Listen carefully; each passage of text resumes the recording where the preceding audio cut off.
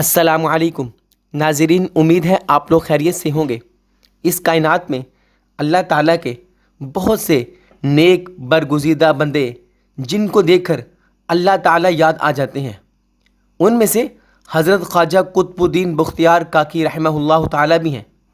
حضرت کی جب وفات ہوئی تو کوہرام مچ گیا، جنازہ تیار ہوا، ایک بڑے میدان میں لایا گیا، بے پناہ لوگ نماز جنازہ پڑھنے کے لیے آئے ہوئے تھے۔ انسانوں کا ایک سمندر تھا جو حد نکاح تک نظر آ رہا تھا۔ جب جنازہ پڑھنے کا وقت آیا، ایک آدمی آگے بڑھا اور کہنے لگا کہ میں خواجہ قطب الدین بختیار کاکی رحمہ اللہ کا وکیل ہوں۔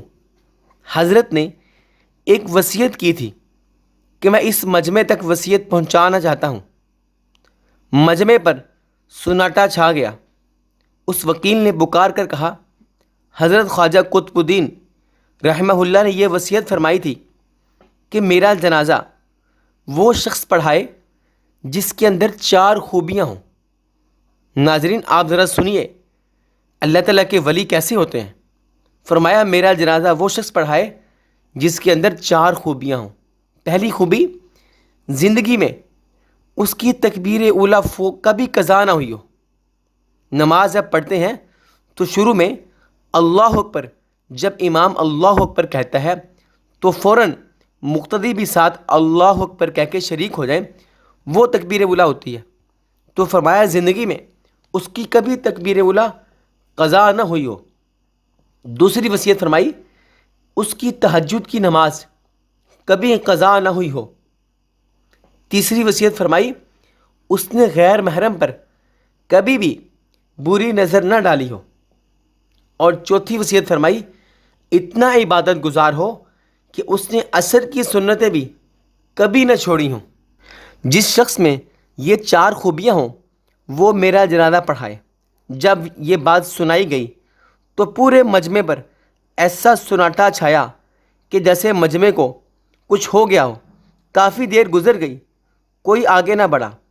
آخر کار ایک شخص روتے ہوئے حضرت خواجہ قطب الدین بختیار کاکی رحمہ اللہ کے جنازے کے قریب آیا، جنازہ سے چادر اٹھائی اور کہا، حضرت آپ خود تو انتقال کر گئے مگر میرا راز فاش کر دیا۔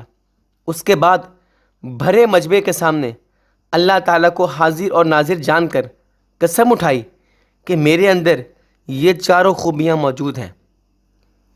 یہ شخص کون تھے؟ ذرا سنیے، وقت کے بادشاہ شمس الدین التمش تھے۔ ناظرین، ذرا تصور کیجئے اس وقت کے بادشاہ بھی کتنے عبادت گزار متقی ہوا کرتے تھے۔ وصیت کرنے والے نے جو وصیت کی کمال کی تھی، اور یہ خوبیاں عام آدمی میں ہو نہیں سکتی۔ وہ وقت کا بادشاہ انتہائی نیک اور پارسا تھا جس نے ان کا جنازہ پڑھایا۔ ایسے ہوتے ہیں اللہ تعالیٰ کے ولی، اللہ تعالیٰ کے دوست، جنہوں نے اللہ تعالیٰ کے ساتھ تعلق مضبوط کیا ہوتا ہے۔ ناظرین، ہمیں بھی اپنا محاسبہ کرنا چاہیے۔ ہم بھی اپنے آپ کو دیکھیں، ہم کہاں کھڑے ہیں، ہم کس مقام پر ہیں، ہمارے عبادات کیسی ہیں۔ ہمیں اپنا محاسبہ کرنا چاہیے اور اچھے اعمال کرنے چاہیے۔ ناظرین، ملتے ہیں ایک اور ویڈیو کے ساتھ۔ ویڈیو کو لائک اور شیئر کر دیجیے۔ تب تک کے لیے اللہ حافظ۔